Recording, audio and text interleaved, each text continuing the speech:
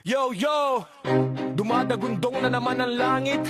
Bumabalik si Uwan, galit, malupit, pero hindi siya nag-iisa sa laban.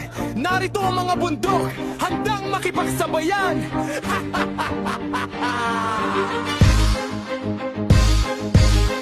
Yo, yo, yo, yo! Ako si Uwan, bagyong bumabalik. Lakas ng hangin, dagat ko'y matalik.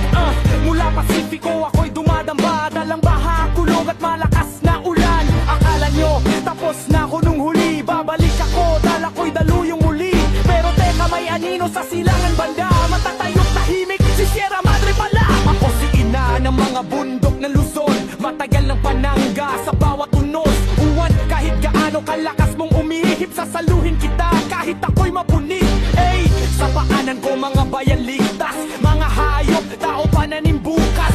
Di mo ko tatalunin, ako ang harang binigay ng Diyos, tagapagtanggol ng bayan. Ako si Cordillera, likod ng hilaga, matibay bato at likas na ganda. Habang pinupuno mo ng ulan ang daan, ako'y tagasalo parang haligi ng tahanan. Mga palayan ko, hagdang-hagdang dangal, simbolo ng lakas na lahing katutubod banal. Kaya kung lalalapit ka, Uwan mag-ingat. Dito sa Luzon lahat ng bundok alarmong gising na. Sa Bicol Banda, narito kami, Isarok, Iriga at Mayon sa tabi. Tahimik man kami sa aming anyo, pero tagapagtanggol din ng mga Bicolano.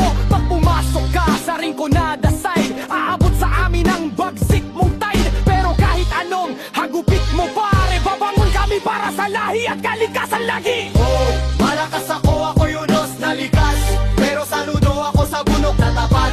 Kayo ang tagapagtanggol, likha ng may kapal. Tahimik pero matatag, tunay na banal. Kami ang bundok ng Pilipinas, tahimik pero matatag sa unos na bukas. Mula Sierra Madre hanggang Bicol.